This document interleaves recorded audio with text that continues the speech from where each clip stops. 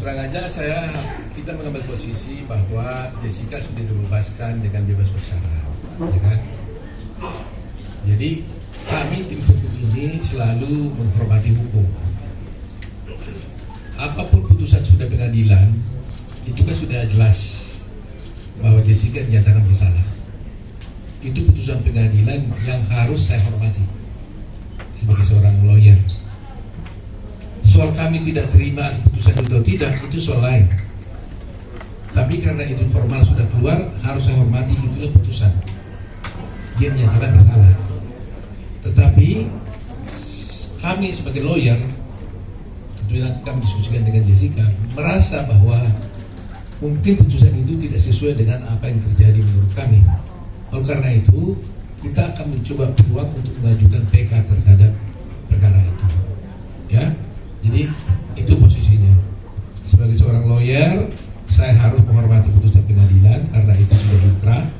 Tetapi hukum juga memberikan kesempatan kepada semua pihak, ya termasuk Jessica, apabila merasakan ingin mengajukan PK, juga hukum juga memberikan kesempatan dan hak itu kepada dia.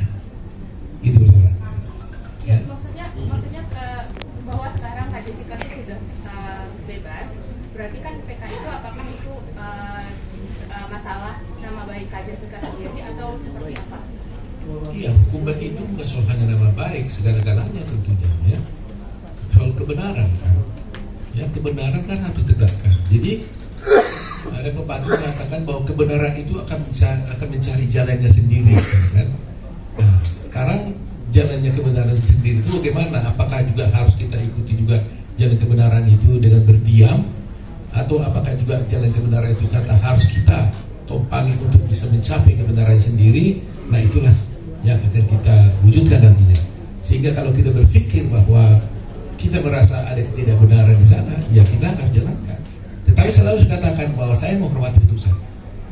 Sebab kalau saya tidak menghormati putusan, saya tidak akan pergi ke pengadilan. Ketika saya mau membela di pengadilan, tentunya saya harus hormati itu. Soal itu menurut kami adalah tidak benar atau tidak, ada jalannya. Jalannya adalah PK. Itu persoalannya. Kan udah kemarin kan udah banding dan bahkan sampai tingkat kasasi pun bahkan menguatkan bahwa penetapan hukum untuk vonis Jessica. Nah, bagaimana PK ini akan berbeda gitu? Apakah ada bukti yang lebih kuat gitu pada saat membandingkan PK atau seperti apa? Ya, terus terang aja kami memiliki novum untuk perkara ini. Berbeda dengan yang dulu, sekarang ini justru kami menemukan novum. Bahwa memang novum itu kan begini. Novum ini adalah suatu bukti yang ada pada waktu perkara itu dijalankan, tetapi tidak kami temukan bukti itu pada waktu perkara itu berjalan. Yang mana kalau bukti itu tadinya ada pada waktu itu dan bisa kami sampaikan di pengadilan, maka putusan hakim akan bisa berubah. Nah ternyata selama perkara ini berjalan sekian tahun, 8 tahun ini, kami tidak pernah menemukan bukti itu. Sehingga tidak ada alasan kuat untuk menyatakan ketidakbenaran itu. Tetapi suddenly kami menemukan bukti baru. Yang mana bukti itu sebenarnya ada pada waktu itu, tapi disimpan oleh seseorang, disembunyikan oleh seseorang, sehingga terhilang bukti itu, sehingga putusan itu memberatkan dia. Kalau ada bukti itu tadinya, maka dengan bukti itu kita bisa buktikan bahwa sebenarnya perkara itu harus berkata lain. Nah itulah yang disampaikan. Soal hasil tentunya hakim yang menentukan. Tetapi sebagai lawyer Anda akan bisa melihat nanti presentase kami apakah betul yang saya sampaikan ini. Karena kadang-kadang kan hasil pengadilan dengan fakta di persidangan kan kadang bisa beda, ya kan? Ada yang mengatakan ini harus bebas, tapi nyatanya dihukum. Ada yang mengatakan ini seharusnya dihukum, ternyata bebas.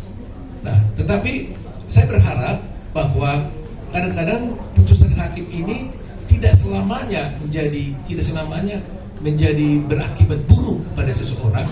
Ada kalanya orang dihukum tapi tetap dipercaya oleh masyarakat. Karena masyarakat mengatakan dengan bukti-bukti dan fakta-fakta yang kita tampilkan di persidangan, dan beruntung kita sekarang sudah ada live di TV, semua bisa menonton apa yang terjadi di persidangan, maka bisa saja dikatakan wah berdasarkan ini sebenarnya harus bebas.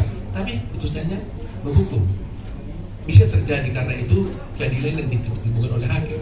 Nah, paling tidak kami akan berupaya membuktikan kepada masyarakat bahwa bukti ini ada jelas disembunyikan pada waktu itu, dan kalau kami tunjukkan itu, orang akan tahu, oh berarti benar-benar seharusnya dia harus tidak dihukum, kira-kira begitu. Nah, bagi saya itu sudah lebih dari cukup. Nanti buktinya sekarang sudah dipegang sama Pak. Sudah. Ada saksi ini yang menguatkan itu, Pak. Berbicara sampai 2032, rencananya selain wajib lapor akan melakukan apa aja kegiatannya? Kalau saya berbincang-bincang di Jessica tadi di mobil saya dengan dia sendiri sampai tadi itu blank aja. Dia blank, dia bilang saya, di mana sekarang saya ini? Karena dia sendiri pun sebenarnya surprise juga. Tiba-tiba bebas ini juga dia surprise juga dia. Ya, jadi ya bayangin aja, ini baru keluar dari tadi langsung ke situ wawancara, bingung dia nih, lihat pohon pun nggak sempat. Baru saya ajak tadi dia makan karena ada masakan kesukaan dia. Saya tanya waktu dari malam kemarin, seandainya kau keluar apa yang kau inginkan, katanya. Dia bilang saya mau makan, katanya. Makan apa? Makan sushi. Saya sedih juga dengarnya. Itu aja dia minta, gak ada yang lain.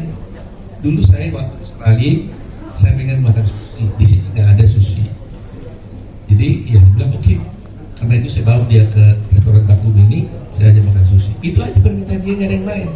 Jadi saya tanya, kawan rencanamu apa? Saya nggak tahu om, katanya. Blank, katanya. Jadi habis ini juga nanti mungkin saya harus dia dulu istirahat dulu, berpikir-pikir 1-2 hari ini baru dia pikir apa yang harus dilakukannya. Dia bingung sekali. Nah, kalau kalian mungkin ingin lebih tahu, saya ingin bercerita ya pengalaman saya dengan Jessica ini cukup panjang memang. Ya, up and down hubungan saya dengan dia ini. Dia kan kita bisa datang waktu dia sedih. Situ suasana pasti sedih juga. Kita juga waktu datang ke sana bisa juga waktu itu dia segembira, suasananya kan gembira. Tapi ketika dia tanya kapan saya bebas, itulah satu hal yang tidak bisa saya jawab. Air mata kadang-kadang mau menetek juga, jatuh. Tapi saya tahan. Gitu. Tapi beruntungnya saya dengan dia ini, kalau saya dilihatnya sedikit agak tegang untuk memberikan dia hibur saya. Dia bilang, oh jangan pusing om, jangan begitu dong. Nanti kalau om tegang, siapa yang bela saya? Katanya. Jadi sometimes kita saling back up lah, gitu ya. Jadi itu sebabnya kami tidak pernah berputus asa untuk membela dia ini, karena dia cukup pengertian juga, gitu ya. Walaupun kadang-kadang dia merasa gimana om, nah gitu kan. Ya kita kan susah jawabnya. Makanya waktu kemarin itu ada kasus Vina saja, saya merasa guilty feeling. Saya nggak bisa ada orang datang dari kasus Vina ke saya minta tolong, kan itu nggak bisa saya tolak.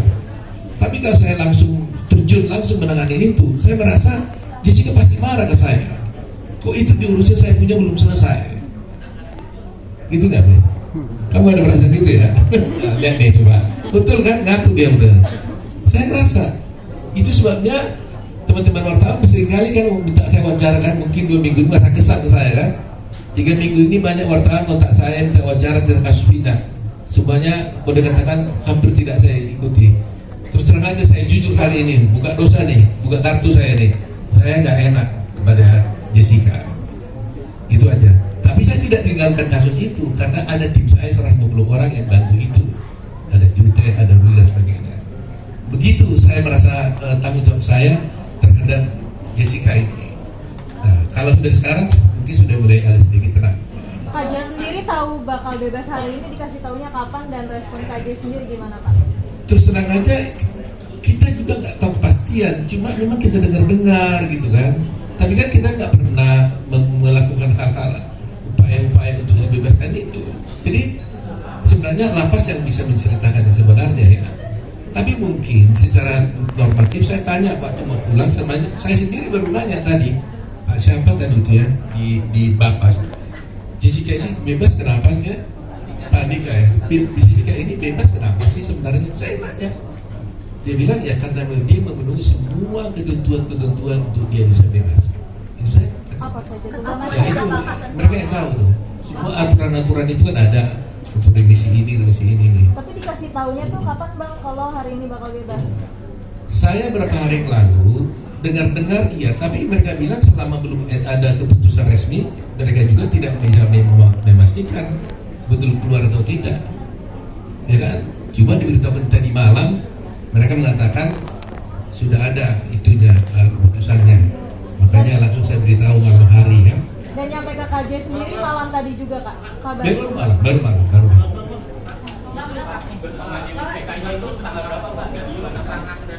Yang mana sekarang yang saya bicara?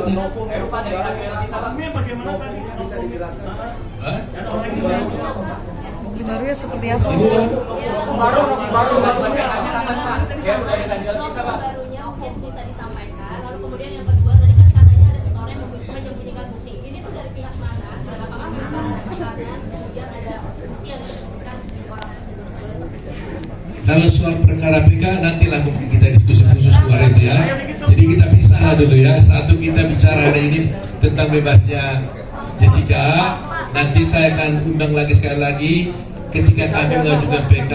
Nanti semuanya saya paparkan di sana.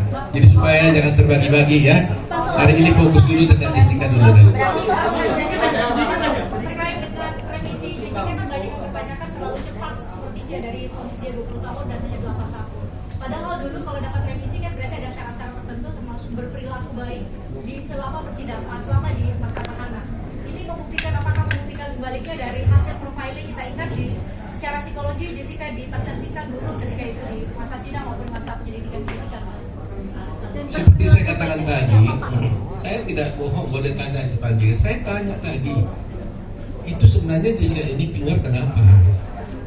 Dia bilang semua aturan-aturan yang ada di dalam persyaratan itu semua dia penuhi. Terus terang saya nggak ngerti mana detailnya. Secara umum sebagai lawyer kan saya tahu pasti harus berkelakuan baik, ya kan? Nah sehingga kalau tadi Kristi ditanya, ya benar juga ya. Selama ini kan diperlihatkan di dalam persidangan seakan-akan Jessica ini kan berperlakuan buruk, macam-macam. Tapi kenyataannya dalam 4 tahun setengah dia di penjara, nyata-nyata dia berkelakuan baik sampai-sampai mendapatkan kebebasan bersyarat lebih awal, kan gitu kan? Nah apa itu boleh nanti ditanyakan kepada LB karena saya tidak punya kompetensi untuk menjawabnya. Saya hanya bertanya tadi kenapa dikeluarkan. Jadi mestinya kan saya yang mengajukan surat supaya dia dikeluarkan kan? Ya. Kan wajar dong lawyernya mengeluarkan. Kami enggak, saya nggak pernah mengajukan surat. Boleh cek. Nggak pernah mengajukan surat, nggak pernah apa, saya nggak tahu terakhir ya. Terakhir nggak mengajukan juga, nggak juga. Nggak ada yang antara kita mengajukan surat. Tiba-tiba ada pemberitahuan dia mendapatkan itu. Wah kaget juga. Tadi mau udah dilapas. Saya tanya kenapa? Karena saya sendiri juga sok juga ya bercampur senang gitu ya. Hanya dibilang dia memenuhi segala peraturan-peraturan yang disyaratkan untuk itu. Puji Tuhan. Jadi murni karena akumulasi remisi yang begitu banyak ya? Ya. Jadi mungkin dia berkelakuan baik di